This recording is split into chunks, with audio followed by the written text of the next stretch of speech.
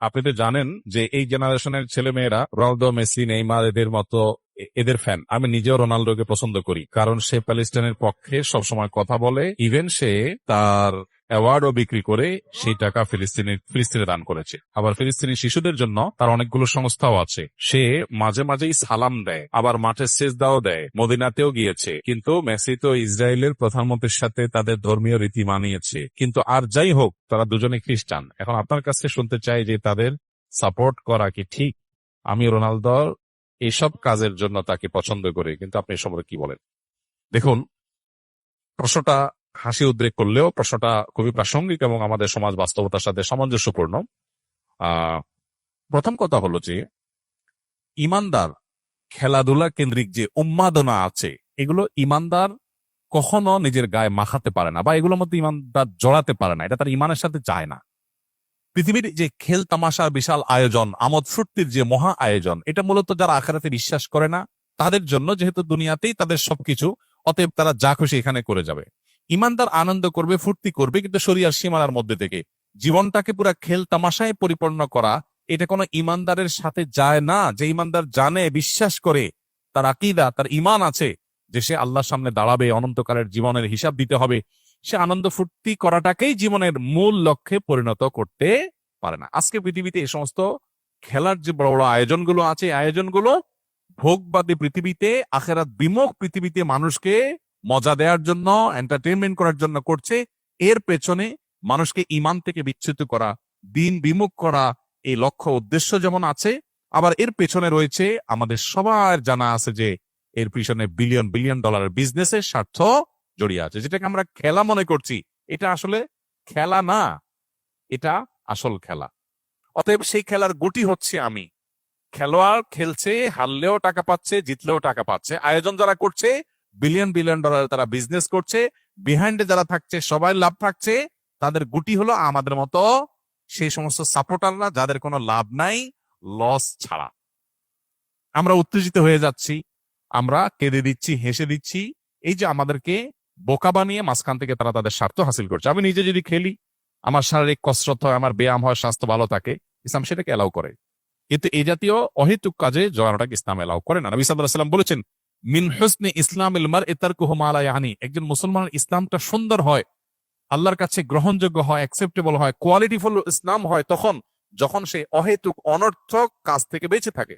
এখন আপনি যদি এই জাতীয় অহেতুক কাজ, যেটাতে আপনার দুনিয়াবি কোনো ফিডব্যাক আসছে না, আখিরাতে কোনো ফিডব্যাক আসছে না, অর্থবহ কিছু আসছে না, সেটাতে আপনি যদি এরকম মত্ত হয়ে যান, সেটা আপনার ঈমান আমলের সাথে সঙ্গতিপূর্ণ নয়। এই জন্য এটা থেকে আমাদের বিরত থাকতে হবে। এটা হলো মূল কথা। এবার আসা যাক, খেলোয়াড়দের কোন খেলোয়াড় ইসলাম, মুসলমান, মুসলমানদের স্বার্থ, মাজলুমদের স্বার্থ তার মাধ্যমে রক্ষা হয়, সেই কারণে মুসলিম মাত্রেই তার প্রতি সিম্পেথি চলে আসবে।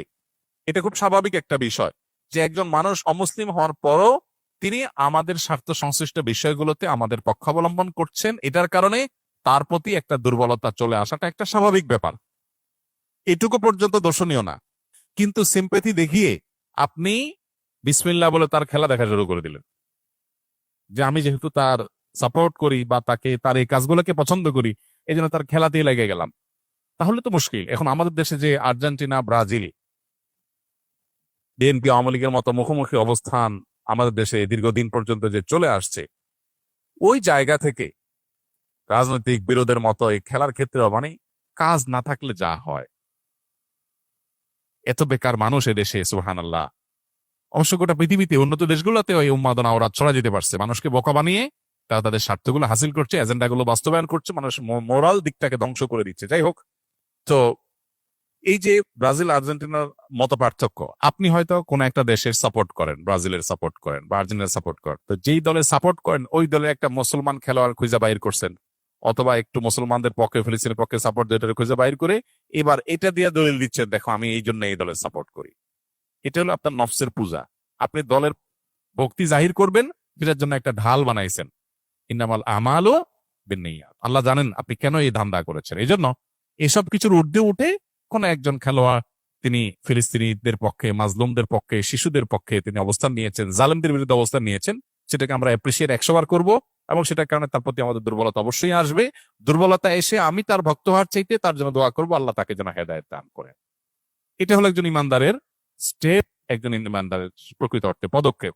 অতএব এটুকু পর্যন্ত দোষের কিছু না। এর বাইরে যারা আল্লাহকে বিশ্বাস করে না, যারা জালিমদের পক্ষ অবলম্বন করে, সে যত বড় খেলোয়াড় হোক না কেন, তার পেছনে আমরা যেভাবে ছুটে চলেছি, এই যদি হয় আমাদের অবস্থা, তাহলে দাজ্জাল যখন আসবে, তার হাতে জীবন মৃত্যু থাকবে, ম্যাজিক থাকবে, রিজিক থাকবে, পৃথিবীর খাদ্য পানীয় সব তার কন্ট্রোলে থাকবে, তাহলে তার পেছনে হ্যামিলনের বাসিয়ালার পেছনে ঘোরার মতো করে কি পরিমাণ আমরা তরুণরা দৌড়াবো, সেটা এই খেলোয়াড়দের পেছনে দৌড়ানো দেখে কিছুটা অনুমান করা যায়।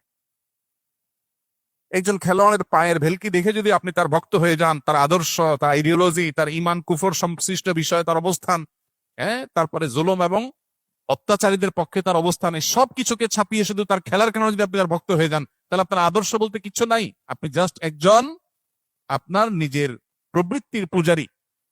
আপনার আকল যদি থাকে একজন খুনিদের পক্ষাবলম্বনকারী, জালিমদের পক্ষাবলম্বনকারী, অভিশপ্তদের পক্ষাবলম্বনকারী এবং অন্যায়ের পক্ষাবলম্বনকারী, শিরকে লিপ্ত, আপনার রবকে যে গালি দেয়, আপনার রবের প্রতি যার অবিশ্বাস আছে, তার খেলা দেখে আপনি পাগল হতে পারেন না।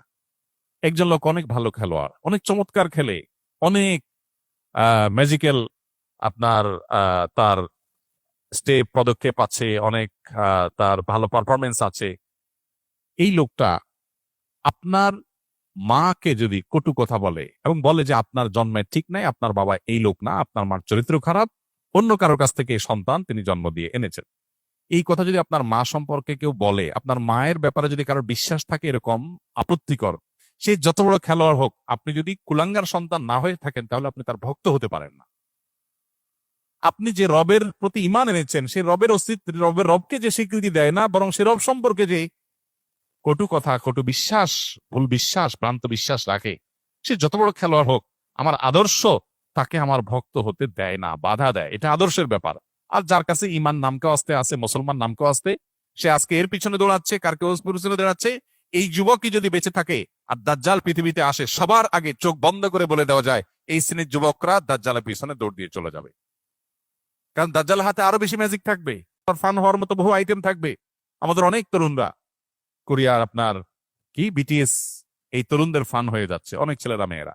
এর কারণ হলো তাদের মধ্যে ইমানি চেতনা নেই, আদর্শ নেই। তার আদর্শ তাকে এই সমস্ত অন্যায় থেকে বিরত রাখবার কথা। আল্লাহ আমাদেরকে বোঝার তৌফিক দান করুন।